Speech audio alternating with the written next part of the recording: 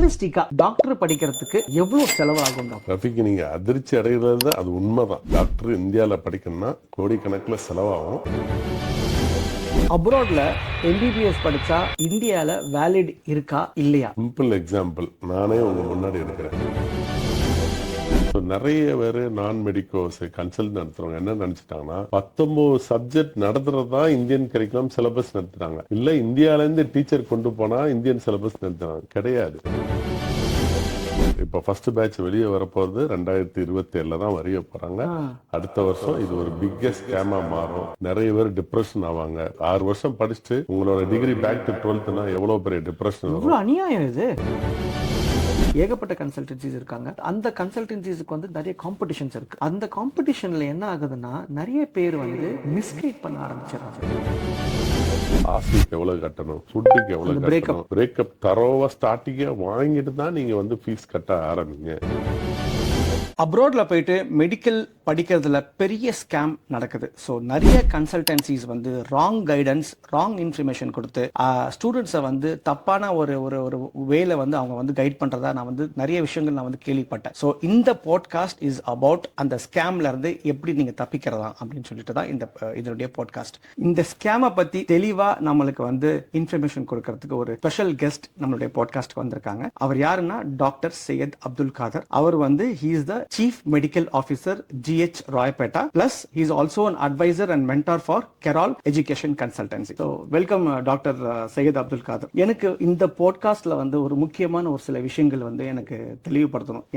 எனக்கும் என்னுடைய followers as a parent, as a student நிறைய பேர் வந்து அவங்களுடைய 12th எக்ஸாம் முடிச்சதுக்கு அப்புறம் so they have a big dream. நம்ம வந்து ஒரு டாக்டரா படிக்கணும், நல்ல ஒரு MBBS வந்து ஒரு நல்ல ஒரு கண்ட்ரில போயிட்டு நல்ல ஒரு யூனிவர்சிட்டியில போயிட்டு நம்ம வந்து படிக்கணும். ஸோ அந்த மாதிரி ஒரு கனவுகளோட இருக்கிறவங்க வந்து நிறைய பேர் ஸ்கேம் பண்றாங்கன்னு நான் கேள்விப்பட்டேன். சோ அத பத்தி தான் இந்த பாட்காஸ்ட்ல நம்ம பேச போறோம். Thank you Mr. Rafi.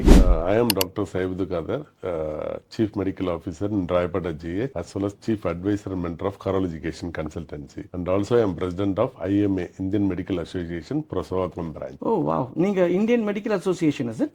ஆமா. ஓ ஓகே, கிரேட். டாக்டர், எனக்கு ஒரு முக்கியமான ஒரு கேள்வி. ஃபர்ஸ்ட் ஆஃப் ஆல், வருஷம் பல பேர் பல கனவுகளோட எம்பிபிஎஸ் கனவுகளோட வந்து எக்ஸாம் எழுதுறாங்க. நான் சொல்றது லட்சம் பேர் அந்த கனவுகளோட அந்த எம்பிபிஎஸ் டாக்டர் சீட் எழுதுறாங்க. ஆனா கவர்மெண்ட்ல அவைலபிலிட்டி வந்து ரொம்ப கம்மியான சீட்டு தான். ஸோ இதனால தான் அப்ராட்ல போய் அந்த எம்பிபிஎஸ் படிக்கணுன்ற அந்த ஒரு எண்ணங்கள் வந்து தோணுதா? ஆமா, கரெக்ட். நீங்க சொன்னது ரொம்ப கரெக்டான விஷயம். ஏன்னா இந்தியாவில் வந்து 1,35,000 40,000 சீட்டு தான். கிட்டத்தட்ட 1,35,000 40,000 சீட்டு தான். ஆனா இதுக்கு வந்து கிட்டத்தட்ட இந்த வருஷம் மட்டும் 26 லட்சம் பேர் ஃபைட் பண்ணாங்க. Oh my God.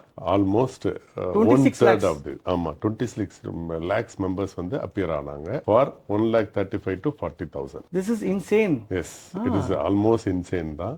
தமிழ்நாட்டுல நீங்க பாத்தீங்கன்னா 11,000 சில்லற சீட்டு தான் இருக்குது. இதுக்கு வந்து கிட்டத்தட்ட 1.5 லட்சம் பேர் எழுதியிருப்பாங்க இந்த வருஷத்துக்கு. 11,000 சில்லற சீட்டுக்கு 1.5 லட்சம் பேர் எழுதுறாங்க. இது வந்து combined with government and deemed university கோட்டாவோட சேர்ந்து டோட்டல் பிரைவேட் காலேஜஸ் கவர்மெண்ட் சேர்த்து இந்த சீட்ஸ்.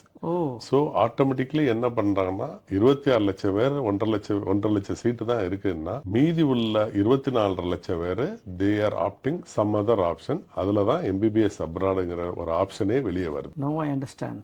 டாக்டருக்கு படிக்கிறதா இருந்தா ஐயோ இவ்வளோ செலவாகுமே அப்படின்றது வந்து பொதுவா எல்லாத்துக்குமே உள்ள ஒரு பயம் இருக்கு. அந்த ஒரு அசம்ஷன்ஸ் இருக்கு. டாக்டர் படிக்கிறதுக்கு பல லட்சம் நம்மளுக்கு வந்து செலவு பண்ணணும். ஸோ அது வந்து அஃபோர்டபிலிட்டி இல்லை அப்படின்ற மாதிரி ஒரு அசம்ஷன்ஸ் எல்லார் மனசுலயும் அது வந்து பொதுவாகவே இருக்கு. பட் ரியலிஸ்டிக்கா டாக்டர் படிக்கிறதுக்கு எவ்வளவு செலவாகும் டாக்டர் சையத்? ரஃபிக்கு நீங்க அதிர்ச்சி அடைகிறது அது உண்மைதான். டாக்டர் இந்தியாவில் படிக்கணும்னா கோடிக்கணக்கில் செலவாகும். பட் இது வந்து 5 வெரைட்டி இருக்குது. பேசிக்கலா கவர்மெண்ட் சீட் வந்து ஆல்மோஸ்ட் ஃப்ரீ தான். அதுல வந்து காசு ரொம்ப செலவழிக்க போறது இல்ல. ஒரு 16,000 தான் நம்ம ஊர்ல தமிழ்நாடுல கொடுப்போம்னா 16,000 தான் இயர்லி கட்டுவாங்க கவர்மெண்ட் சீட்டு. கவர்மெண்ட் அதாவது வருஷத்துக்கு 16,000 to 20,000 தான் அவங்க வருஷத்துக்கே கவர்மெண்ட் சீட்டுக்கு பே பண்ணுவாங்க. எஸ்சி எஸ்டி இருந்தா அதுவுமே ஃப்ரீ. அவங்களுக்கு எந்த காசுமே கிடையாது. கவர்மெண்ட் ஃபீஸ் எதுவுமே கிடையாது. இதே அடுத்தது செல்ஃப் ஃபைனான்ஸ் இதுக்கு போனாங்கன்னா 4.5 லட்சம் தான் வருஷம் ஃபீஸ். அடுத்தது வந்து மேனேஜ்மெண்ட் 15 14.5 லட்சம். இதே டீம்டு யூனிவர்சிட்டி தான் 22 lakhsல இருந்து 35 lakhs வரை போகுது. ஸோ இதுல தான் ஹையஸ்ட் அமௌண்ட் போறதுனால ஆப்வியஸ்லி வருஷம் 25 lakhsல இருந்து 35 lakhs கட்டுறவங்க வந்து 1.5 கோடி to 1.8 கோடி கட்டுற மாதிரி இருக்கும். So deemed university management quota இதெல்லாம் வந்து ஒரு 1 கோடிக்கு மேல போக ஆரம்பிக்கும். ஓ மை காட், அவ்வளோ எக்ஸ்பென்சிவ். ஆமா, அவ்வளோ எக்ஸ்பென்சிவா இருக்குது இந்தியாவில் படிக்கிறது வந்து. அப்ராட்ல எம்பிபிஎஸ் படிச்சா இந்தியால வேலிட் இருக்கா இல்லையா, இந்த கொஸ்டின் வந்து எல்லாருடைய பேரண்ட்ஸ்லயும் அது மைண்ட்ல இருக்கு. ஸோ இதை பத்தி கொஞ்சம் சிம்பிளா ஏதாவது சொல்ல முடியுமா? சிம்பிள் எக்ஸாம்பிள், நானே உங்க முன்னாடி இருக்கிறேன். நான் ரஷ்யால 1994 போனேன். திரும்பி 2003 இங்க வரும்போது நாங்க தான் ஃபர்ஸ்ட் பேட்ச் இந்த எக்ஸாம் எழுதினது. இப்போ நான் கவர்மெண்ட்ல ஜாப்ல இருக்கிறேன். ஸோ இது எல்லாமே ஒரு எக்ஸாம்பிள் தான். ஸோ நான் வெளிநாட்டுல படிச்சுட்டு இங்க கவர்மெண்ட் ஜாப்ல இருக்கிறேன்னா இது ஒரு ப்ராசஸ் தான். நானே ஒரு எக்ஸாம்பிளா இருக்கிறதுனால பேரண்ட்ஸுக்கு எதுக்கும் பயப்பட வேணாம். ஸோ தைரியமா வெளிநாட்டுல போய் எம்பிபிஎஸ் படிக்கலாம். இங்க வந்து நீங்க தாராளமா வேலை செய்யலாம், பிஜி படிக்கலாம், எது வேணாலும் பண்ணலாம். அதனால பிரச்சனை இல்லை. ஆனா நான் கேள்விப்பட்டேன் அப்ராட்ல படிச்சுட்டு இங்க வரவங்களுக்கு வந்து அவ்வளவு ஈஸியான ப்ராசஸ் கிடையாது. இல்ல, அது கண்டிப்பா உண்டு. ஏன்னா நீங்க வந்தோடனே இங்க வந்து எஃப்எம்ஜி எக்ஸாம் எழுதணும். Foreign medical graduate examination. வெளிநாட்டுல படிச்சவங்களுக்கு இங்க ஒரு எக்ஸாம், கிளியரிங் எக்ஸாம் இருக்குது. இது ஒண்ணும் இல்ல, ஸ்கிரீனிங் டெஸ்ட் தான். பட் இது கொஞ்சம் டஃபா தான் இருக்கும். ஃபாரின் மெடிக்கல் கிராஜுவேட் எக்ஸாமினேஷன் இது வந்து 2 வருஷத்துல 2 வாட்டி நடக்குது. ஜூன்ல ஒரு வாட்டியும் டிசம்பர்ல ஒரு வாட்டியும். அந்த எக்ஸாம் நீங்க கிளியர் பண்ணதுக்கு அப்புறம் again you have to to an internship. இந்த இன்டர்ன்ஷிப் பண்ணி முடிச்சுட்டு நீங்க பெர்மனன்ட் ரெஜிஸ்ட்ரேஷன் அந்தந்த ஸ்டேட் மெடிக்கல் கவுன்சில் அப்ளை பண்ணலாம். அது கொஞ்சம் ப்ரொலாங் ஆகுது இன்டர்ன்ஷிப் கிடைக்கிறதுக்கு. ஏன்னா இருக்கிற மெடிக்கல் காலேஜ்ல சர்டன் பெர்சன்டேஜ் தான் அலோடு ஒரு ஃபாரின்ல படிச்சவங்களுக்கு, விச் இஸ் 7%. ஸோ ஒரு மெடிக்கல் காலேஜ்ல 100 பேர் இருந்தாங்கன்னா அதுல 7% தான் வந்து இன்டர்ன்ஷிப்புக்கு அலோடு. ஸோ அந்த வெயிட்டிங் பீரியட் அதிகமாகுது. அதனால நம்ம கவர்மெண்ட்டும் தமிழ்நாடு கவர்மெண்ட்டுக்கும் அதுக்கேற்ற மாதிரி ஸ்பீட் அப் பண்றதுக்கு நிறைய ப்ராசஸ் அமைச்சிருக்காங்க. பட் ஒரு ப்ராசஸ் இருக்குதான் செய்யுது. அதை வந்து நம்ம ஃபாலோ பண்ணி தான் ஆகணும். சிம்பிளா சொல்லணும்னா அப்ராட்ல நீங்க எம்பிபிஎஸ் படிச்சாலும் இந்தியால அதுக்கு வேலிட் இருக்கு, ஃபாலோட் பை a process. கண்டிப்பா. நீங்க சொன்னதுல நான் ஒன்னு புரிஞ்சுக்கிட்டேன். நீங்க ரஷ்யால நீங்க வந்து எம்பிபிஎஸ் முடிச்சிட்டு அதுக்கப்புறம் இந்தியா வந்ததுக்கு அப்புறம் நீங்க அந்த எஃப்எம்ஜிஇ ப்ரிப்பரேஷன் பண்ணி அதுல நீங்க வந்து குவாலிஃபை ஆனதுக்கு அப்புறம் நீங்க வந்து டாக்டர் ஆயிட்டீங்க. Now you are working as a casualty medical officer in Royapettah ஜிஹெச்ல. குட். ஸோ உங்களை மாதிரி நிறைய பேர் அங்க இதுல இருக்காங்களா? ஆமா, நிறைய பேர். கிட்டத்தட்ட தமிழ்நாடுல மட்டும் ஒரு 20,000 டாக்டர்ஸ் இருப்பாங்க. அப்ராட்ல முடிச்சுட்டு ரெஜிஸ்டர்ட் நம்பர் வாங்கி பல நிறுவனத்துல வேலை செய்யறாங்க. கவர்மெண்ட்லயும் சரி, பிரைவேட்லயும் சரி, சொந்த ஹாஸ்பிட்டலும் வச்சு நிறைய பேர் இங்க இருக்கிறாங்க. ஸோ அதனால மக்கள் வந்து இதை பயப்பட தேவையில்லை. நீங்க இங்க வந்து வெளிநாட்டுல படிச்சுட்டு வந்தா இங்க வந்து நம்ம கவர்மெண்ட்ல வேலை கிடைக்குமா, இல்ல பிரைவேட்ல இது பண்ணலாமா, பிரைவேட்டா சொந்தமா கிளினிக் வைக்கலாமாங்கிறத பயப்பட தேவையில்லை. ஓகே. ஸோ நீங்க வந்து ரஷ்யால படிச்சுட்டு வந்திருக்கீங்க. அதே மாதிரி எனக்கு நான் என்னுடைய இதுல நான் யோசிக்கும் போது ரஷ்யா, ஜார்ஜியா, பிலிப்பைன்ஸ், அப்புறம் கசக்ஸ்தான், இதெல்லாம் வந்து இந்த மாதிரி கண்ட்ரீஸ்ல வந்து எம்பிபிஎஸ் டாக்டருக்கு ரொம்ப பேர் போன ஒரு கண்ட்ரீஸை நான் வந்து பாக்குறேன். ஸோ அஸ் ஒரு ஸ்டூடெண்ட் இப்போ வந்து இந்த மாதிரி ஒரு எம்பிபிஎஸ் அப்ராட்ல படிக்கணும்ன்ற ஒரு கனவோட இருக்கிற ஸ்டூடெண்ட்டுக்கு வந்து இந்த கண்ட்ரி, இந்த யூனிவர்சிட்டி அப்படின்னு சொல்லிட்டு சூஸ் பண்றதுக்கு வந்து எதெல்லாம் ஹெல்ப் பண்ணணும், or நீங்க என்ன அட்வைஸ் கொடுக்குறீங்க அந்த மாதிரி ஸ்டூடெண்ட்? அதாவது பலப்பட்ட நாடுகள் இருக்குது. Russia, Georgia, Armenia, Kyrgyzstan, Belarus, Vietnam, Philippines, China, Egypt, Iran, Caribbean, ஏகப்பட்ட கண்ட்ரி இருக்குது. 2020 முன்னாடி எல்லா கண்ட்ரிக்கும் போயிட்டு வருவாங்க.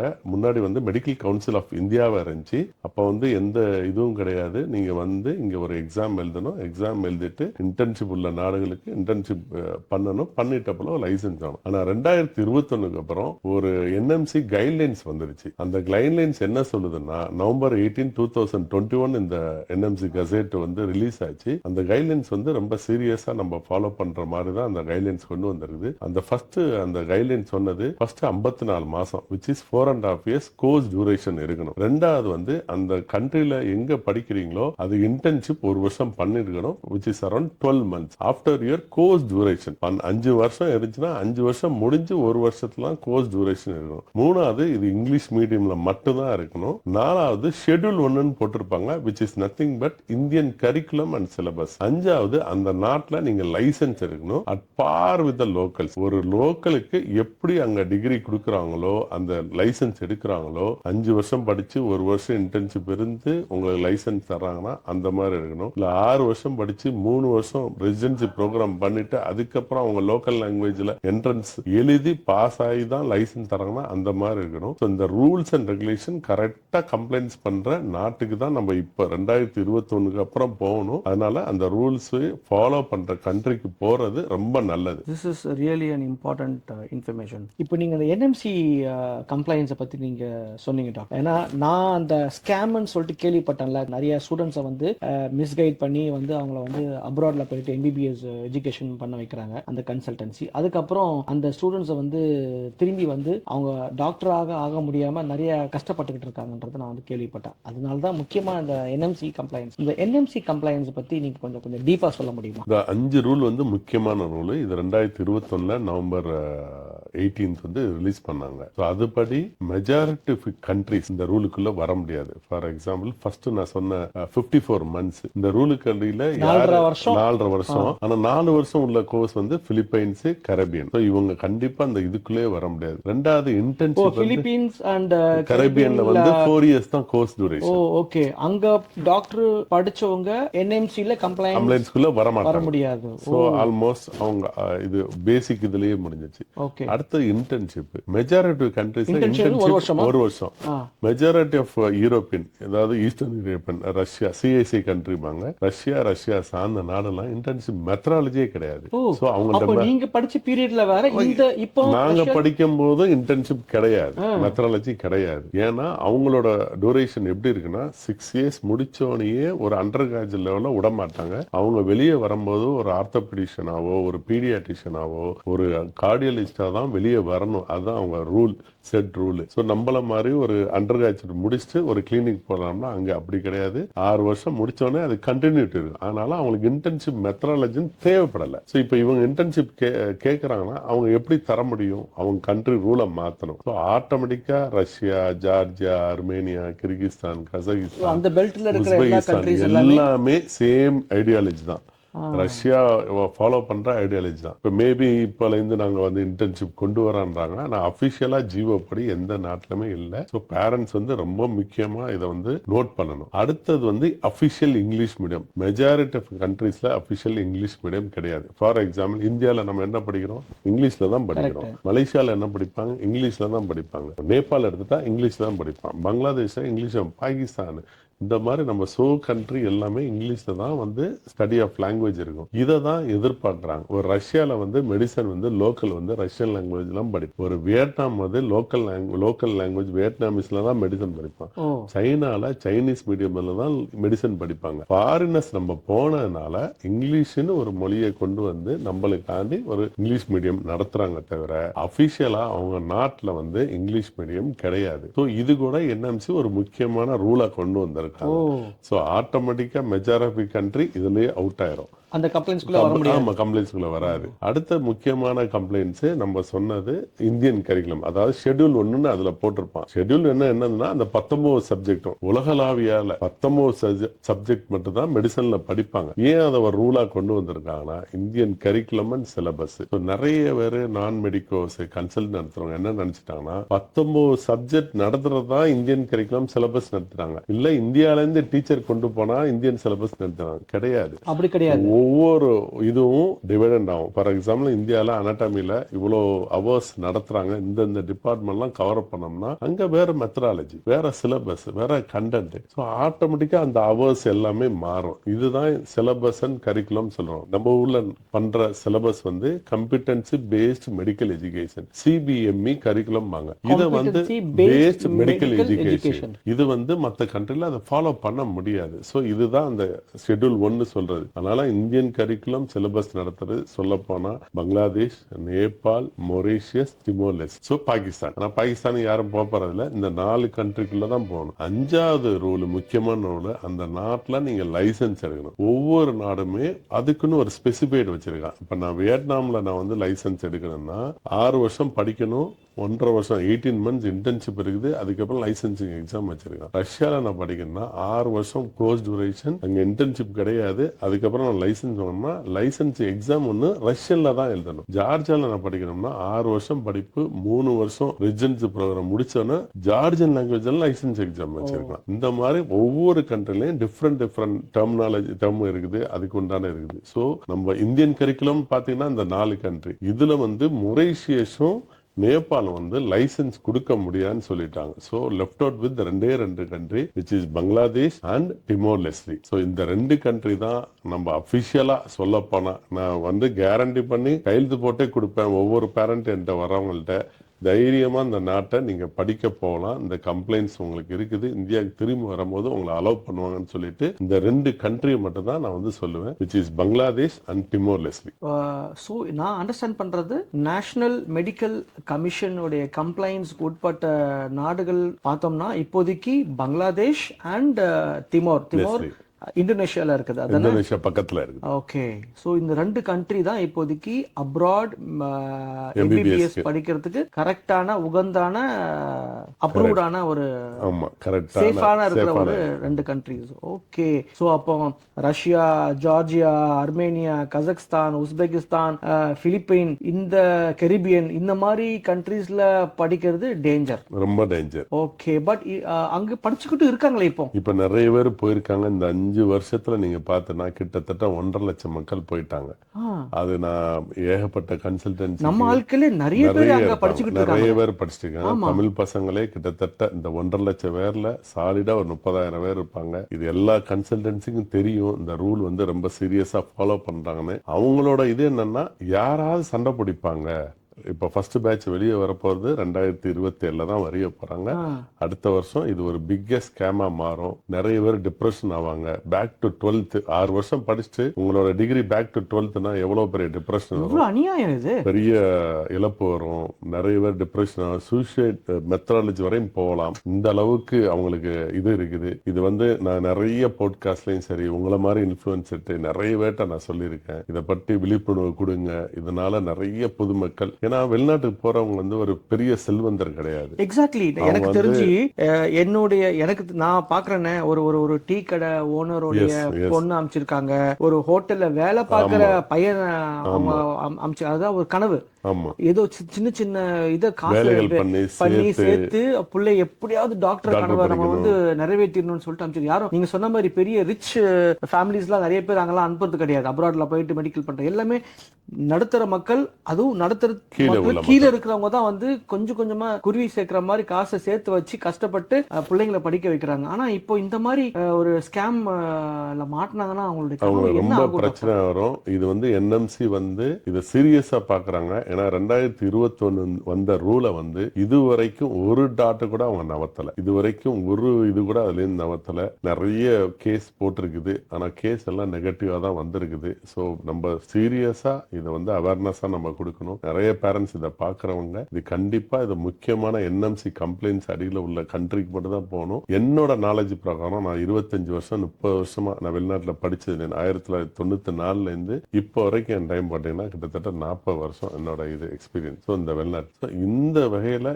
என்னோட எக்ஸ்பீரியன்ஸ் வச்சு பார்க்கும்போது அவங்க சீரியஸா இந்த ரூலை வந்து ஃப்ரேம் பண்ணிருக்காங்க. இந்த ரூல் படி நம்ம பார்த்தோம்னா பங்களாதேஷ் 100% ஃபுல்ஃபில் பண்ணுது. அடுத்தது வந்திருக்க டிமோர் Leslie which is in between Indonesia and Australia. அந்த கண்ட்ரி இதுக்கு அந்த ரூலுக்கு வந்ததுக்கு அப்புறம் உருவான கண்ட்ரி. ஸோ அதனால அந்த கம்ப்ளைண்ட்ஸ் வரனால தைரியமா அந்த 2 கண்ட்ரிக்கு போகலாம். மற்ற கண்ட்ரிக்கு போறவங்க ரொம்ப ரிஸ்க் எடுத்து உங்க லைஃபை ரிஸ்க் எடுத்து தான் நீங்க போகணும். வந்த பிறகு நிறைய போராட்டங்கள் இருக்குது. நீங்க கோர்ட்ல போய் அலையணும், என்எம்சில போய் கேட்கணும், மெடிக்கல் கவுன்சில போய் கேட்கணும், which is going to be very difficult. அவங்க லைஃப் வந்து ரொம்ப டிஃபிகல்ட்டா கொண்டாடும். ஸோ பேரண்ட்ஸ் அண்ட் ஸ்டூடெண்ட்ஸ், இப்போ டாக்டர் சையத் மூலமா நான் அறிஞ்சுக்கிட்ட விஷயம், நீங்க வந்து அப்ராட்ல போயிட்டு எம்பிபிஎஸ் நீங்க படிக்கிறதுக்குன்னு சொல்லிட்டு உங்க கனவு இருந்துச்சுன்னா இந்த ஸ்கேம் முக்கியமா அந்த கண்ட்ரீஸ் லைக் நாட் சேஃப், அதாவது என்எம்சி நேஷனல் மெடிக்கல் கமிஷனுடைய கம்ப்ளைண்ட்ஸ்ல உட்பட்ட கண்ட்ரீஸ் வந்து தான் நீங்கள் போய் படிக்கிறீங்களான்றது முதல்ல நீங்கள் வந்து செக் பண்ணிக்கோங்க. அதில் வந்து அப்ரூவ்ட் ஆனதுன்றது நான் டாக்டர் சையத் மூலமாக நான் வந்து புரிஞ்சுக்கிட்டது என்னென்னா பங்களாதேஷ் அண்ட் டிமோர் லெஸ்ட். டிமோர். ஸோ இந்த ரெண்டு தான் அந்த என்எம்சியோடைய கம்ப்ளைண்ட்ஸில் உட்பட்டது மாதிரி நான் கேள்விப்படுறேன்.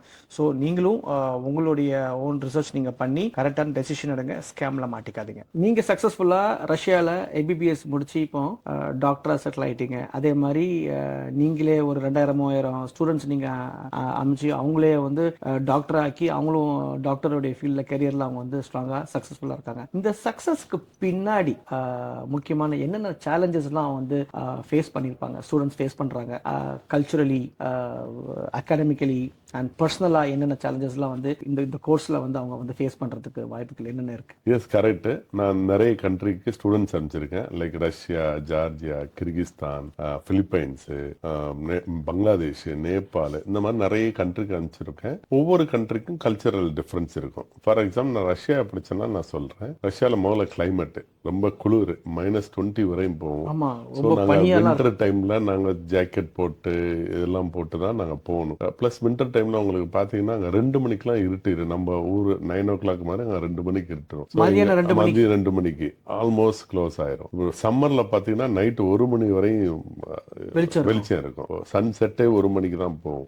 இந்த மாதிரி டிஃபரன்ஸ் இருக்கும். அது மாதிரி நம்ம கல்ச்சரல், இது நம்ம கலாச்சாரம் வேற, அவங்க கலாச்சாரம் வேற, நம்ம சாப்பாடு முறை வேற, அவங்க சாப்பாடு முறை. இதெல்லாம் இனிஷியல் எங்களுக்கு கொஞ்சம் கஷ்டமா இருந்துச்சு. அவங்க வந்து உப்பு சப்பு இல்லாம சாப்பிடுவாங்க, மசாலா எதுவும் இல்லாம ஜஸ்ட் சிக்கன் அவிச்சு உப்பு போட்டு சாப்பிடுறது.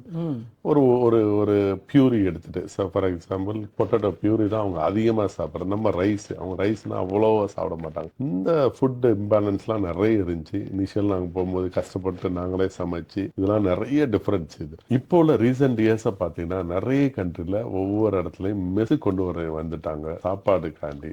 நம்ம ஊர் மெஸ் மாதிரியே ஒவ்வொரு கண்ட்ரில எல்லா சோகால் எல்லா கண்ட்ரிலுமே, ரஷ்யாவா இருக்கட்டும், ஜார்ஜியாவா இருக்கட்டும், சைனாவா இருக்கட்டும், பிலிப்பைன்ஸா இருக்கட்டும், எல்லா கண்ட்ரிலுமே மெஸ் கொண்டு வந்தா இந்த சாப்பாடு பிரச்சனைகள்லாம் ஓரளவுக்கு சால்வ் ஆயிடுச்சு. பட் கல்ச்சரல் டிஃபரன்ஸ் கண்டிப்பா இருக்கும். அது நம்ம அகாமடேட் பண்ணி தான் ஆகணும். அது மாதிரி கிளைமேட் சேஞ்சஸும் கண்டிப்பா இருக்கும். இந்த European country, eastern Europe, Russia, Uzbekistan போனா குளிர் இருக்க தான் செய்யும். இந்த சைடு சைனாலே அதே மாதிரி தான் இருக்கும், டிஃபரன்ஸ்ல இருக்கும். மற்றபடி சேஃப்டினஸ் கொஞ்சம் இடத்துல சேஃப்டி அண்ட் செக்யூரிட்டி நம்ம கரெக்டா நம்ம போகணும். ஃபார் எக்ஸாம்பிள் ரொம்ப இருட்டாச்சுன்னா இருட்டான இடத்துல போகக்கூடாது. இந்த டிஸ்டர்பன்ஸ்லாம் இருக்க தான் செய்யும். பட் ஒரு ஸ்டூடெண்ட் லைஃப் வந்து ஸ்டூடெண்ட் லைஃப் மாதிரி நார்மலா நீங்க காலேஜ் போயிட்டு ஹாஸ்டல் வந்துட்டுனா பிரச்சனை இல்லை. அவங்கள டிஸ்டர்ப் பண்ணாதான் நம்மள டிஸ்டர்ப் பண்ணுவாங்க, எந்த வெளிநாட்டுலயும் சரி. ஸோ மற்றபடி கல்ச்சரல் டிஃபரன்ஸ், சேஃப்டினஸ், ஃபுட்டு, இது எல்லாமே டிஃபரன்ஸ் இருக்க தான் செய்யும். ஃபர்ஸ்ட் ஒரு 6 months உங்களுக்கு அந்த ட்ரபிள்சம் இருக்கும். ஆனா போக போக அது சரியாயிரும், அகாமடேட் ஆயிடுவாங்க. இந்த ஹோம் சிக்னஸ்லாம் கண்டிப்பா ஹோம் சிக்னஸ் இருக்கும். அப்பா அம்மா கூடயே வளர்ந்த பிள்ளைங்களாம் திடீர்னு வெளிநாட்டுல போயிட்டு அது தனியா இருக்கும் போது பெரிய ஹாஸ்டல்ல படிக்கிறவங்களுக்கு பிரச்சனை இல்லை. இங்க ஹாஸ்டல்ல படிச்சவங்களுக்கு அங்க பெருசா வித்தியாசம் தெரியாது. இங்க அப்பா அம்மா கூடயே வளர்ந்தவங்க பிள்ளைங்கள் வந்து அங்க இருக்கும்போது அந்த ஹோம் சிக்னஸ் இருக்கும். அதெல்லாம் எப்படி நீங்க மேனேஜ் பண்ணீங்க? நாங்க அந்த டைம்ல வந்து எந்த வாட்ஸ்அப்போ வீடியோ கால் எதுவுமே கிடையாது. அப்ப 95ல போகும்போது நம்ம ட்ரங்க் கால் பண்ணி தான் வீட்டுக்கு அடிக்கணும். ஒரு இடத்துக்கு சென்டர் ஆஃப் தி சிட்டி, மாஸ்கோல நான் படிச்ச மாஸ்கோல சென்டர் ஆஃப் சிட்டில போய் ட்ரங்க் கால் பண்ணி வெயிட் பண்ணுவோம். அதுக்கப்புறம் தான் வருவாங்க. அப்ப ஊர்ல கூட நிறைய வீட்டுல போன் இருக்காது, ஏதாவது ஒரு காமன் ஏரியாவுக்கு வர சொல்லி தான் பண்ணுவோம். ஆனா இப்ப அந்த ப்ராப்ளம் எல்லாமே சால்வ். ஆட்டோமேட்டிக்கா எல்லாருக்கும் வாட்ஸ்அப் கால், இமிடியேட் பிளைட்ல விட்டு இறங்கினோடனே அவங்க கால் பண்ண ஆரம்பிச்சிடாங்க. நிறைய இடத்துல வைஃபை இருக்குது. அது ஒரு ப்ராப்ளம் இல்லாம கம்யூனிகேஷன், அந்த ஹோம் சிக்னஸ் முன்னாடி லார்ஜரா இருந்துச்சு, இப்ப மினிமைஸ் ஆயிடுச்சு. ஸோ இப்போ தமிழ்நாட்டுல இருந்து போற ஸ்டூடெண்ட்ஸ்க்கு வந்து அங்க கம்யூனிட்டி இருக்கா?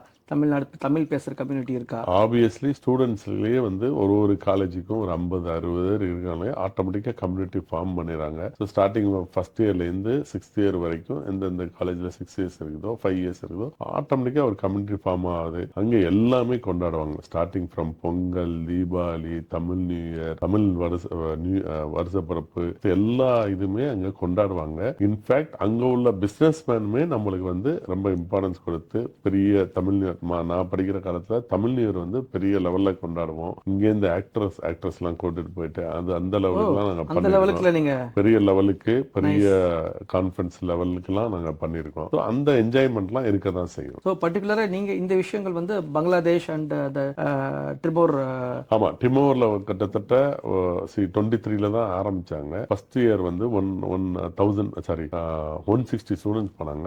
லாஸ்ட் இயர் செகண்ட் பேட்ச் போனவங்க வந்து கிட்டத்தட்ட 500 ஸ்டூடெண்ட்ஸ் போயிட்டாங்க. இந்த வருஷம் they are aiming about another 1000 students. So larger community வந்து தமிழ் தான். அதிகமா போனதும் தமிழ் தான். 160ல வந்து போனது 100 ஸ்டூடெண்ட்ஸ் வந்து தமிழ்நாட்டுல இருந்தா. போன வருஷம் போன 500 ஸ்டூடெண்ட்ல ஆல்மோஸ்ட் 350 ஸ்டூடெண்ட்ஸ் ஃப்ரம் தமிழ்நாடு தான். ஸோ ஒரு கம்யூனிட்டியே ஃபார்ம் ஆரம்பிச்சிருச்சு. பங்களாதேஷ்ல இந்த மாதிரி நிறைய காலேஜ் தமிழ்நாடுல இருந்து போக ஆரம்பிச்சாங்க.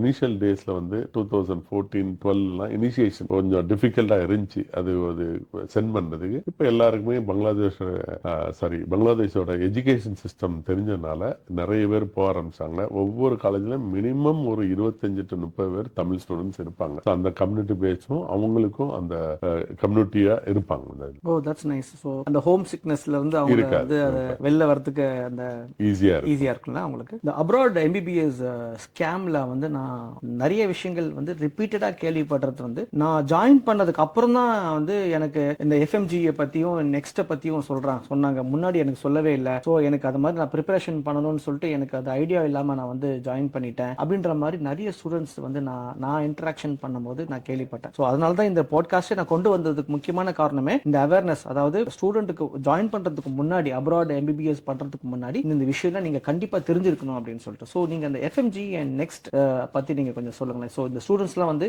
How important it is for the students to know about FMG and next. எஃப்எம்ஜிங்கிறது foreign medical graduate examination. Every medical aspirants who are going abroad, அதாவது வெளிநாட்டுக்கு மருத்துவம் படிக்க போறவங்க திரும்பி வந்து இந்த எஃப்எம்ஜி எக்ஸாம் எழுதி பாஸ் ஆனாதான் you will be eligible to do as a practitioner. இது வந்து ஃபர்ஸ்ட் ஃபோர்மோஸ்ட். இந்த எஃப்எம்ஜி வந்து 2 வருஷத்துல 2 வாட்டி நடத்துறாங்க. It is around 2 papers. Morning session 1, evening session 1. Morning வந்து 150 questions, evening 150 question, total 3.5 marks. இந்த 3.5 மார்க்ஸ்ல 150 எடுத்தா pass. For example first paper மட்டும் கிளியர் பண்ணி செகண்ட் பேப்பர் 0 மார்க் எடுத்தாலும் you are pass. So 150 is the pass mark. வருஷம் 2 வாட்டி நடக்குது. It is one of the toughest paper தான். இதுல வந்து ஈஸிலாம் நான் சொல்ல மாட்டேன். நிறைய கன்சல்டன்சி இதை பத்தி சொல்ல மாட்டாங்க, ஈஸின்னு சொல்லிடுவாங்க. வருஷத்துக்கு கஷ்டம் தான். எவ்ரி இயர் ஒரு 10 to 20% பீப்புள் தான் பாஸ் ஆறாங்க. அவுட் ஆஃப் 44,000ல 4,000 to 7,000 பேர் தான் பாஸ் ஆறாங்க. எவ்ரி 6 months 40,000 ஸ்டூடெண்ட்ஸ் எழுதுறாங்க. அதுல ஒரு 7,000 பேர் தான் பாஸ் ஆறாங்க. ஆல்மோஸ்ட் 20% தான் பாஸ் ஆறாங்க. ஸோ இதுதான் நிதர்மான உண்மை. It is a difficult thing. இதனால தான் நான் வந்து ஒரு 2012 இருந்து பங்களாதேஷுக்கே ஷிஃப்ட் பண்ணேன். ஈவன் தோ நான் வந்து ரஷ்யா, ஜார்ஜியா எல்லாத்துக்கும் நானே ரஷ்யால படிச்சுட்டு நான் ரஷ்யாவுக்கு அகேன்ஸ்டா சொல்றது தப்பு. ரஷ்யால படிக்கிறது நல்லதுதான். உண்மையை சொல்றது உங்களை நான் மீட் பண்ணதுக்கு இந்த பாட்காஸ்ட் உங்களை கொண்டு வந்ததுக்கு முக்கியமான காரணமே உங்களுடைய அந்த கிரெடிபிலிட்டி தான். ஏன்னா 2012க்கு அப்புறம் நான் பங்களாதேஷ் ரொம்ப ஃபோக்கஸ் பண்ண காரணமே இந்த எஃப்எம்ஜி எக்ஸாம் ஒரு ரிசல்ட் தான். ஏன்னா நம்பர் 1 2002ல இருந்து 2025 வரை நீங்க ஆவரேஜா பாத்தீங்கன்னா ஃபர்ஸ்ட் வர்றது பங்களாதேஷ்ல படிச்சவங்க தான். ஏன் பங்களாதேஷ்ல படிச்சவங்க இவ்வளவு ஃபாஸ்டா கிளியர் பண்றாங்கன்னா அவங்க சிஸ்டம் ஆஃப் எஜுகேஷன் டிக்டோ இந்தியா மாதிரி. அதனால அவங்க இங்க இந்தியாவுக்கு வர போது ஃபர்ஸ்ட் அட்டெம்ப்ட்ல 95% ஆஃப் பீப்பிள் கிளியர் பண்ணிடுவாங்க without any coaching centre. Maximum first அட்டெம்ப்ட்ல கிளியர் பண்ணிடுவாங்க. ஏன்னா அங்கேயே இந்தியன் சிஸ்டம் மாதிரி தான். ப்ரொஃபஷனல் 1, ப்ரொஃபஷனல் 2, ப்ரொஃபஷனல் 3, ப்ரொஃபஷனல் 4 இது எல்லாமே 4 கவர்மெண்ட் எக்ஸாம். நம்ம இந்தியாலையும் இதே மாதிரி தான். ப்ரொஃபஷனல் 1, 2, 3, 4 இருக்கனால அவங்க அந்த புக் ஓரியன்டா ஃபுல்லா படிக்கிறதுனால தியரிட்டிக்கல் நாலேஜ் அவ்வளவு ஸ்ட்ராங்கா அவங்க மைண்ட்ல போயிடும். அதனால இந்த எக்ஸாமை கிளியர் பண்றது அவங்களுக்கு ரொம்ப ஈஸியா போயிருது. அதனால தான் 2002ல ஆரம்பிச்ச எக்ஸாம்ல இருந்து இப்ப 2025 போன எக்ஸாம் வரைக்குமே ஆவரேஜா நீங்க போட்டீங்கன்னா ஃபர்ஸ்ட் வர்றது பங்களாதேஷ். பாஸ் பர்சன்டேஜ் நம்பர் 1 இருக்கிறது. ஸோ நம்ம ஓவராலா பாத்தீங்கன்னா 10 to 20% தான் பாஸ் ஆவாங்க. ஆனா பங்களாதேஷ்ல படிச்சவங்க ஃபர்ஸ்ட் அட்டெம்ப்ட்ல 95% கிளியர் பண்ணிடுவாங்க. அடுத்த 5% செகண்ட் அட்டெம்ப்ட் தான். பட் மற்ற கண்ட்ரி ரஷ்யாவா இருக்கட்டும், பிலிப்பைன்ஸா இருக்கட்டும், ஜார்ஜியாவா இருக்கட்டும், அர்மேனியா இருக்கட்டும், மெஜாரிட்டி ஒரு 2வது 3வது அட்டெம்ப்ட்ல கிளியர் பண்ணுவாங்க. இட் இஸ் டஃப் தான். ஏன்னா அங்க நான் ரஷ்யால படிச்சதுனால எனக்கு தெரியும் அங்க சிஸ்டம் ஆஃப் எக்ஸாம்ஸ் எப்படி. It is almost MCQ base தான். ரொம்ப உங்களுக்கு வைவா பேஸ் தான். நிறைய ரிட்டன் ஃபார்மட் கிடையாது. அதனால நம்ம என்ன பண்ணுவோம், அது மாதிரி கவர்மெண்ட் எக்ஸாம் ஃபைனல் இயர் மட்டும் தான்.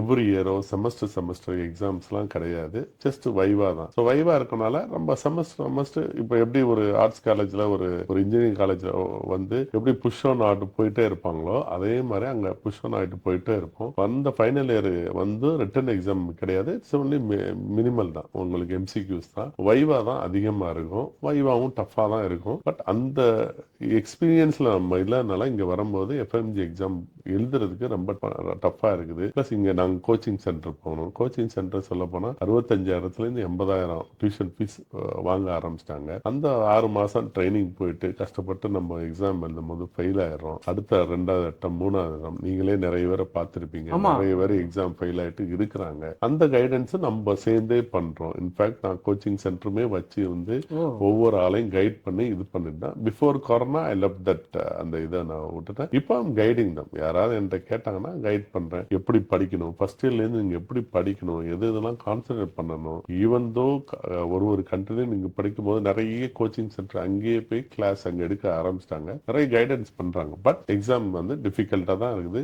எஃப்எம்ஜி எக்ஸாம நம்ம தெரிஞ்சுட்டு போறது நல்லது. எந்த கண்ட்ரில போனீங்கன்னா நல்லா பாஸ் ஆகுறது அதையும் தெரிஞ்சுட்டு போறது நல்லது. அதனால தைரியமா நீங்க வந்து பங்களாதேஷை நம்பி இந்த எக்ஸாம் ரிசல்ட்டுக்காண்டியுமே நீங்க வந்து பங்களாதேஷ் நம்பி வரலாம். ஈவன் தோ என்எம்சி கம்ப்ளைண்ட்ஸ் அடியில வர்றதுன்னு சொன்னாலும் முக்கியமான பாயிண்ட் இருந்தாலும் எஃப்எம்ஜி எக்ஸாமுக்கு தைரியமா நீங்க பங்களாதேஷை நம்பி வரலாம். So this is the shocking truth மக்களே. இது வந்து நீங்க ரொம்ப கேர்ஃபுல்லா இந்த ஸ்கேம்ல நீங்க வந்து சிக்காம பாத்துக்கோங்க. ஏன்னா 40,000 பேர் அந்த எஃப்எம்ஜி 6 மாசத்துக்கு ஒரு வாட்டி 6 மாசத்துக்கு ஒரு வாட்டி நடக்கிற அந்த எக்ஸாம்ல வந்து 40,000 பேர் எழுதுறாங்க. அதுல பாஸ் ஆவறதுன்னு பார்த்தோம்னா less than 20%. ஸோ இது விஷயம் தெரிஞ்சு நீங்க இனிமேல் நீங்க பண்ணுங்க. அதே மாதிரி அந்த எஃப்எம்ஜி ஃப்ரெண்ட்லியா இருக்கிற கண்ட்ரில நீங்க வந்து எம்பிபிஎஸ் நீங்க படிக்க போங்க. ஸோ நான் புரிஞ்சுக்கிட்டதுல வந்து Bangladesh is one of the most FMG friendly country.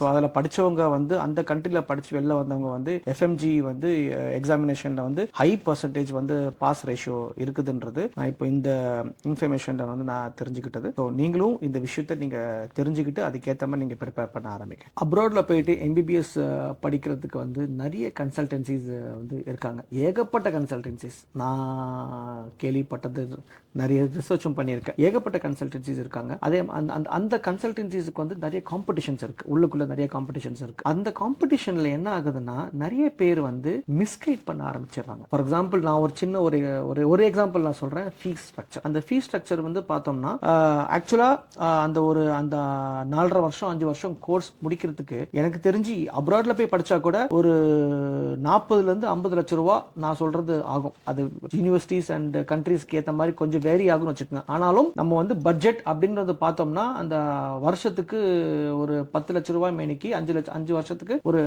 50 லட்சமாவது minimum கையில இருக்கணும் அப்படின்ற மாதிரி ஒரு சேஃப்டிக்கு இருக்கணும். ஆனா அந்த இன்ஃபர்மேஷனை வந்து ஸ்டார்டிங்ல வந்து தப்பாவும் சொல்லி சரியாக இன்ஃபர்மேஷன் கொடுக்காம மிஸ்கைட் பண்ணி நிறைய பேர் வந்து இந்த கன்சல்டன்சிஸ் வந்து ஸ்கேம் பண்ணிக்கிட்டு இருக்காங்க. ஸோ இந்த விஷயத்தை வந்து நீங்க வந்து ஒரு பேரண்ட்டுக்கும் அந்த ஸ்டூடெண்ட்டுக்கும் நீங்க சொல்ற உங்க சைட்ல இருந்து நீங்க சொல்ற அட்வைஸ் என்ன? கரெக்ட். நிறைய பேர் வந்து மிஸ்கன்செப்ஷன் பண்ணிட்டு இந்த மாதிரி கம்மியான ஃபீஸ் யூஸ்வலா ஒரு கன்சல்டன்சி என்ன சொல்லுவாங்கன்னா ஒரு செமஸ்டர் ஃபீஸை சொல்லி விட்டுருவாங்க. 1.5 lakhs அப்படின்னு சொல்லிட்டு பெர் செமஸ்டர் வந்து சின்னதாக ஆக்கிடுவாங்க. ஆனா மக்களுக்கு வந்து அது பார்க்கும்போது 1.5 lakhs தானே அப்படின்னு சொல்லிட்டு முதல்ல போவாங்க. ஃபர்ஸ்ட் எல்லாத்தையும் ஒரு ரெஜிஸ்ட்ரேஷன் ஃபீஸ் 10,000 வாங்கிட்டு அப்படியே போக ஒன்னா ரிவீல் பண்ணும்போது பேரண்ட் அப்பதான் ஷாக் ஆரம்பிப்பாங்க. நாங்க 15 லட்சத்துக்குள்ள முடியும்னு சொன்னீங்க, இப்ப என்ன 35-40 லட்சத்துக்கு வருது, இதை நீங்க முன்னாடி சொல்லவே இல்லை. இல்லையா நாங்க ஃபர்ஸ்டே சொல்லிட்டோம் அப்படின்னு சொல்லிட்டு அப்படிதான் ஆரம்பிக்குது. அதனால ஃபர்ஸ்ட் நான் பேரண்ட்ஸ்ட சொல்ற முக்கியமான அந்த பாயிண்ட், ஃபர்ஸ்ட் நீட் நீங்க பாஸ் ஆயிருக்கணும். இதுவுமே நிறைய கன்சல்டன்சி ஏமாத்துறாங்க. நீட் நீங்க 5 வருஷம் படிக்கிற காலத்துல எப்ப வேணாலும் பாஸ் ஆயிருக்கலாம் கிடையாது. என்எம்சி கிளியரா சொல்லிக்குது, எந்த இயர் நீங்க போய் ஜாயின் பண்றீங்களோ அந்த இயர் நீங்க பாஸ் ஆயிருக்கணும். இது வந்து இந்தியால படிக்கிறதா இருந்தா எவ்ரி இயர் நீங்க நீட் கிளியர் பண்ணணும். நீங்க அந்த நீட்டை வந்து கேரி ஆன் பண்ண முடியாது. வெளிநாட்டுக்கு மட்டும் எக்ஸெப்ஷனல் 3 இயர்ஸ் கேரி பண்ணலாம். இப்ப 26ல நீங்க பாஸ் ஆகினா 26 ஜாயின் பண்ணலாம், 27 ஜாயின் பண்ணலாம், 28 ஜாயின் பண்ணலாம். 3 வருஷத்துல நீங்க போலாம். அந்த நீட் மார்க் வச்சு நீங்க ஜாயின் பண்ணலாம். இது ஒரு எக்ஸெப்ஷன். செகண்ட் வந்து நீங்க என்எம்சி கம்ப்ளைண்ட்ஸ்குள்ள வருதான்னு கண்டிப்பா நீங்க நோட் பண்ணணும். அந்த என்எம்சி கம்ப்ளைண்ட் தெரியாதுன்னா நாங்க கண்டிப்பா அந்த ஸ்க்ரோல்ல வந்து பிடிஎஃப் நம்ம போடுவோம். அதை நீங்க எடுத்து படிச்சு பார்த்துக்குங்க. 3வது முக்கியமான விஷயம், டியூஷனை கரெக்ட் ஸ்ட்ரக்சர்டா நீங்க வாங்கிருங்க. ஹாஸ்டலுக்கு எவ்வளவு கட்டணும், ஃபுட்டுக்கு எவ்வளவு கட்டணும், பிரேக்கப் தரோவா ஸ்டார்டிங்கா வாங்கிட்டு தான் நீங்க வந்து ஃபீஸ் கட்ட ஆரம்பிங்க. நீங்க இடையில கட்டிட்டு அவங்க அதுவும் சொல்லும் போது நீங்க உங்களால பின்வாங்க முடியாது. ஏன்னா பாதி கட்டிருப்பீங்க, கேட்டா பாஸ்போர்ட் கொடுத்தாச்சு, அங்க இங்க கொடுத்தாச்சு, யூனிவர்சிட்டியில கொடுத்தாச்சுன்னு சொல்லிட்டு உங்களை இது பண்ணுவாங்க. ஸோ அதனால மாட்டிக்காதீங்க. 4வது நீங்க ஃபுல் அண்ட் ஃபுல் என்எம்சி கம்ப்ளைண்ட்ஸ்குள்ள வந்து நீங்க எஃப்எம்ஜி பாஸ் ரேஷியோ நிறைய இருக்குதான்னு தெரிஞ்சுக்கிட்டு போங்க. அது மாதிரி எஃப்எம்ஜியை பத்தி தெளிவா தெரிஞ்சுக்குங்க. இந்த எக்ஸாம் எவ்வளவு வாட்டி நடத்துறாங்க, என்ன மாதிரி இவ்வளவு வருஷமா 2002ல இருந்து 2025 வரைக்கும் என்ன ஃபெயிலியர் வந்திருக்குது, இதெல்லாம் தெரிஞ்சுக்கிட்டு நீங்க போங்க. இந்த மாதிரி 4 வகை நான் சொன்னதை ரொம்ப கேர்ஃபுல்லா பார்த்துட்டு நீங்க போங்க. திரும்பி இங்க வந்து எஃப்எம்ஜி எக்ஸாம்ல ஃபெயில் ஆயிட்டு நீங்க மறுபடியும் ட்ராப் பண்ணுவீங்க. நீட் ஃபெயில் ஆயிட்டு போயிட்டு நீங்க எந்த கண்ட்ரிக்கு போக தெரியாம நீங்க வந்து ஃபுல்லா உங்க லைஃபே போயிடும். ஸோ அதனால இந்த 4 வகையும் முக்கியமா நீங்க பார்த்துக்கிட்டு போறது பெட்டர். அந்த நீட், அதுக்கப்புறம் வந்து NMC complaints, tuition fees and all the fees structures பத்தி, டியூஷன் ஃபீஸ் அண்ட் மத்த பிரேக்கப் வந்து அந்த ஃபீஸ் ஸ்ட்ரக்சர் பத்தி கிளியரா தெரிஞ்சுக்கிறது, எஃப்எம்ஜி பாஸ் ரேஷியோ. ஓகே, இந்த 4 விஷயம் is very very important. NEET எழுதி முடிச்சாச்சு, ரிசல்ட்டும் வந்துருச்சு. அந்த ரிசல்ட் வந்ததுக்கு அப்புறம் பேரண்ட்ஸ்க்கும் சரி ஸ்டூடெண்ட்டுக்கும் சரி கன்ஃபியூஷன். அடுத்தது நம்ம என்ன செய்யலாம், என்ன பண்ணலாம் அப்படின்ற மாதிரி ஒரு கன்ஃபியூஷன் நிறைய பேருக்கு இருக்கு.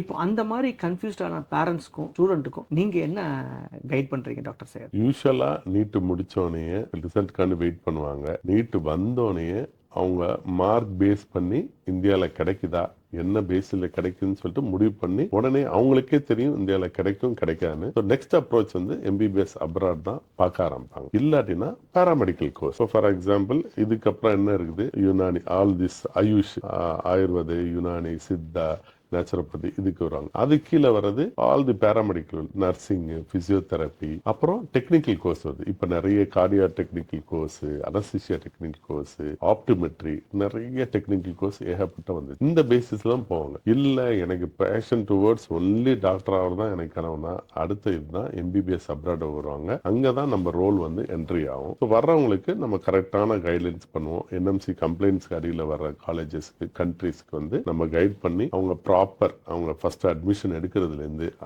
அங்க போய் லேண்ட் ஆகி அவங்கள போய் ஹாஸ்டல் அகாமடேஷன்ல இருந்து அவங்களுக்கு ப்ராப்பரா எல்லாம் ஸ்ட்ரக்சர் பண்ணி 5 வருஷம் எந்த பிரச்சனை வந்தாலும் அவங்கள ஃபாலோ பண்ணி திரும்பி வந்து உங்க என்எம்சி கைட்லைன்ஸ் படி எஃப்எம்ஜி எக்ஸாம் எழுதி எஃப்எம்ஜி எக்ஸாம் முடிச்சுட்டு அவங்களுக்கு இன்டர்ன்ஷிப் பிரச்சனை வந்தாலும் அதையும் சால்வ் பண்ணி கொடுத்து அவங்க டாக்டர் ஆயிட்டு அதுக்கப்புறம் பிஜிக்கும் கைட்லைன்ஸ் பண்ணாலும் கைட் பண்ணி அவங்க அந்த கைடன்ஸும் கொடுத்து அவங்க பெர்ஃபெக்டா ஒரு கன்சல்டண்டா உட்கார வரைக்கும் கரோல் எஜுகேஷன் கன்சல்டன்சி கைட் பண்ணும். சூப்பர். ஸோ நீங்க சொன்ன விஷயத்துல அந்த என்எம்சி கம்ப்ளைண்ட்ஸ் உட்பட்ட அந்த கண்ட்ரிஸ் தான் வந்து இப்போதைக்கு அப்ரூவ்ட். ஸோ அதே மாதிரி அதுல படிச்ச ஸ்டூடெண்ட்ஸ் தான் வந்து எஃப்எம்ஜி எக்ஸாமினேஷன்லயும் ஹை பர்சன்டேஜ் பாஸ் ரேஷியோவும் எடுக்கிற நான் புரிஞ்சுக்கிட்ட விஷயம். சோ அந்த கண்ட்ரீஸ்னுடைய ஃபீஸ் ஸ்ட்ரக்சர் ஏதாவது கொஞ்சம் சொல்ல முடியுமா? இப்ப நான் சொன்னது என்எம்சி கம்ப்ளைண்ட்ஸ் உள்ள கண்ட்ரி வந்து பங்களாதேஷும் டிமோர் தான். பங்களாதேஷ்ல யூஸ்வலா வந்து 33 lakhsல இருந்து 45 lakhs வரையும் டியூஷன் ஃபீஸ் வித் ஹாஸ்டலோட சேர்ந்து வருது. ஸோ ஆவரேஜா நீங்க பாத்தீங்கன்னா 33 lakhsனா பெர் இயர் டிவைட் பண்ணி போட்டோம்னா ஒரு 5 lakhsக்குள்ள முடிஞ்சிடும். ஸோ இதுதான் ஆவரேஜா வர்றது. அது மாதிரி இங்கேருந்து போற flight to and fro ticket வந்து மிஞ்சி போனா ஒரு 15,000 முடிஞ்சிடும். உடனே நீங்க எடுத்தீங்கன்னா இதே முன்னாடி எடுத்தீங்கன்னா ஒரு 10,000 முடிஞ்சிடும். 5,000 ஒன் வீக் வந்துட்டு போகலாம். இது வந்து பங்களாதேஷ்ல. அப்புறம் ஃபுட் அண்ட் எக்ஸ்பென்ஸ் வந்து not more than 4,500 to 5,000 2 வேளை சாப்பாடு மெஸ்லயே நீங்க காசு கட்டுற மாதிரி இருக்கும். பர்சனல் எக்ஸம் பெரிய லெவலுக்குலாம் அங்க ஒண்ணும் இல்ல. வெளியே போனீங்கன்னா போய் ஒரு சாப்பிட்றதுக்கு ஹோட்டல்ல போய் நம்ம ஒரு சாப்பாடு, ஒரு பிரியாணியோ ஒரு நானோ பட்டர் சிக்கன் ஏதாவது சாப்பிட்றதுக்கு வெளியே போய் சாப்பிட போவாங்க. இல்ல ஒரு கேஎஃப்சியோ மெக்டானல்ட்ஸ் இப்படிதான் வெளியே. அதிகமா பாத்தீங்கன்னா ஒரு 33 lakhs உள்ள காலேஜ் வந்து இன்னொரு எக்ஸ்பென்ஸ் ஒரு 5 lakhs வச்சுன்னா 38 lakhsக்குள்ள முடிச்சிருவாங்க. ஒரு 42 lakhs காலேஜ் வந்து அதே மாதிரி ஒரு 7 lakhs படிக்கனா ஒரு 47 lakhsக்குள்ள முடிச்சிடும். It depends. பங்களாதேஷ்ல பாத்தீங்கன்னா கிட்டத்தட்ட ஒரு 72 காலேஜஸ் இருக்குது. 72 காலேஜஸ் இருக்குது. So different colleges different fees structure இருக்கும். டிஃப்ரெண்ட் சிட்டி, டாக்கா, சிட்டகாங், சில்லட், எக்கச்சக்க கொமிலா நிறைய சிட்டி இருக்குது. அதுக்கேற்ற மாதிரி ஃபீஸ் ஸ்ட்ரக்சர் மாறும். இப்போ கமிங் டு டிமோர் லெஸ்லி 2 வருஷம் முன்னாடி தான் வந்து இது ஸ்டார்ட் ஆனனால இப்போதைக்கு 2 காலேஜ் தான் இருக்குது. Which is having the same fixed structure 13 to 15 lakhs according to the dollar rate change பண்ணனால 13 to 15 lakhs 4.5 years fee structure முடிஞ்சிருது. 13 to 15 lakhs food and accommodation முடிஞ்சிருது. another 10 lakhs for personal expense and to and fro ticket. இங்க ticket தான் கொஞ்சம் காஸ்ட்லியா இருக்கும். இது almost Australia போற தூரம்னா நினைச்சு பாத்துங்க ஒரு 75 to 1 lakh to and fro ticket. அது மாதிரி அங்க டிமோர்ல வந்து இப்போ வரைக்கும் டாலர் தான் வந்து யூஎஸ்டி டாலர் தான் அங்க கரன்சியே.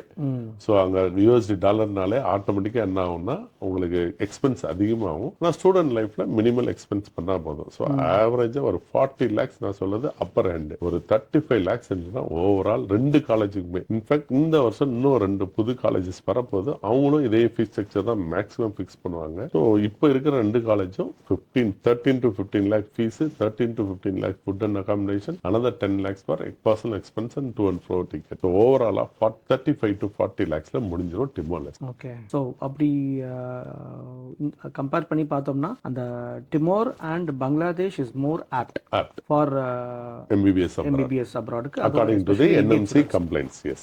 Well, Dr. Seth, நம்ம வந்து எண்ட் ஆஃப் த பாட்காஸ்ட் நம்ம வந்துட்டோம். ஸோ இந்த பாட்காஸ்ட் முடிக்கிறதுக்கு முன்னாடி எனக்கு வந்து உங்க கூட ஒரு ராபிட் ஃபயர் செஷன் கொஸ்டின்ஸ் உங்ககிட்ட பண்ணணும் அப்படின்னு பண்ணலாமா? Sure. ஓகே. ஸோ நான் ஒரு 5-6 கொஸ்டின் நான் வந்து ரெடி பண்ணி வச்சிருக்கேன். நான் உங்ககிட்ட கேட்குறேன், நீங்க வந்து ஒரு வார்த்தையில நீங்க வந்து ஒரு வரியில நீங்க வந்து பதில் சொல்லணும். Okay, fine. MBBS வந்து இந்தியால ஆர் MBBS அப்ராட்ல எது? மெரிட்ல கிடைச்சுன்னா இந்தியா, செலவு பண்ணா abroad. Okay. Dream college or dream career? Dream career. ஏன்னா அப்ராட்ல படிச்சுட்டும் நீங்க வந்து ஷைன் பண்ணலாம், காலேஜ் வச்சுட்டு நீங்க ஒண்ணுமே பண்ண முடியாது. ஓகே. ஸோ MBBS அப்ராட்ல படிக்கிறது அது வந்து ஒரு ஆப்பர்ச்சுனிட்டியா ஆர் அது பெரிய ஒரு சேலஞ்சா? பெரிய சேலஞ்சு. ஏன்னா NMC கம்ப்ளைண்ட்ஸ் அடியில் நீங்கள் போய் படிக்கணும். நீங்கள் NMC கம்ப்ளைண்ட்ஸ் அடியில் போகாது, ரொம்ப டிஃபிகல்ட். ஓகே. ஸோ இப்போ ஒரு ஸ்டூடெண்ட் அப்ராடில் போயிட்டு MBBS படிக்கும் போது முக்கியமாக அவங்க ஒரு யூனிவர்சிட்டியை வந்து சூஸ் பண்ணுற போது அவங்க பண்ற முக்கியமான தப்பு என்ன? ரேங்கிங் பார்த்து போறது. ஏன்னா A+, B+ன்னு சொல்றது வந்து அங்க போகும்போது டோட்டலி டிஃப்ரெண்டா இருக்கும். ரேங்கிங் வந்து ஒரு சிஸ்டமைஸ்டு பண்ணி பண்றாங்க. பட் ரேங்கிங் வந்து ஆல்மோஸ்ட் அதனால ஒன்றும் யூஸ் இல்லை. ஓகே. Last question. இந்த கண்ட்ரியை ஸ்டூடெண்ட் வந்து அப்ராட் MBBSக்கு வந்து படிக்கிறதும் சூஸ் பண்ணும்போது இந்த கண்ட்ரியை வந்து மிஸ் பண்ணாம பார்க்கணும். கண்டிப்பா பங்களாதேஷ் அண்ட் டிமர் லெஸ்லி. ஏன்னா NMC கம்ப்ளைண்ட்ஸ்குள்ள வர்றது மற்ற கண்ட்ரி வந்து இப்போதைக்கு சூஸ் பண்றது தவறு. Thank you doctor. Thank you. So well, இந்த பாட்காஸ்ட் மூலமா நான் வந்து நிறைய விஷயங்களை நான் வந்து தெரிஞ்சுக்கிட்டேன்.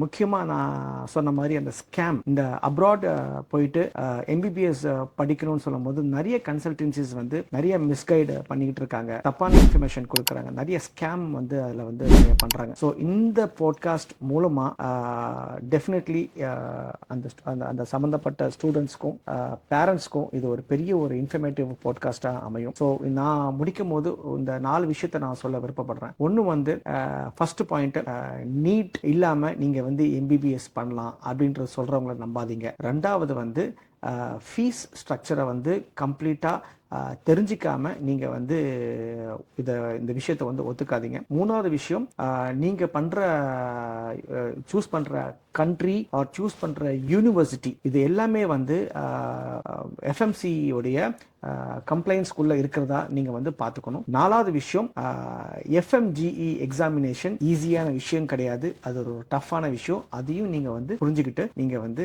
ப்ரொசீட் பண்ணணும் MBBS அப்ராட்ல படிக்கிறதுக்கு. என்ன டாக்டர், கரெக்ட் தானே? கரெக்ட். ரஃபீக் சொன்ன மாதிரி நீங்க கண்டிப்பா இது எல்லாம் 4 மெத்தடாலஜியும் தெரிஞ்சுக்கிட்டு போகணும். ஃபர்ஸ்ட் வந்து அவர் சொன்ன மாதிரி நீட் கண்டிப்பா பாஸ் ஆயிட்டு போகணும். ரெண்டாவது வந்து NMC கம்ப்ளைண்ட்ஸ்குள்ள வருதான்னு நீங்க பார்த்துட்டு அந்த கண்ட்ரியை சூஸ் பண்ணணும். மூணாவது, tuition fees any hidden charges இருந்தாலும் ஸ்டார்டிங்கே நீங்க கேட்டுட்டு போறது. நாலாவது, FMGE பாஸ் பர்சன்டேஜ் அதிகமா உள்ளது, அதை பத்தி தெரிஞ்சுக்கிட்டு நீங்க போறது ரொம்ப நல்லது. Thank you Rafiq for your podcast and thank you parents, waiting for you. For any doubts என்ன கான்டாக்ட் பண்ணுங்க, நம்பர் கீழே இருக்கும், அதை பத்தி என்கிட்ட கேளுங்க. Thank you doctor. தேங்க்யூ. தேங்க்யூ.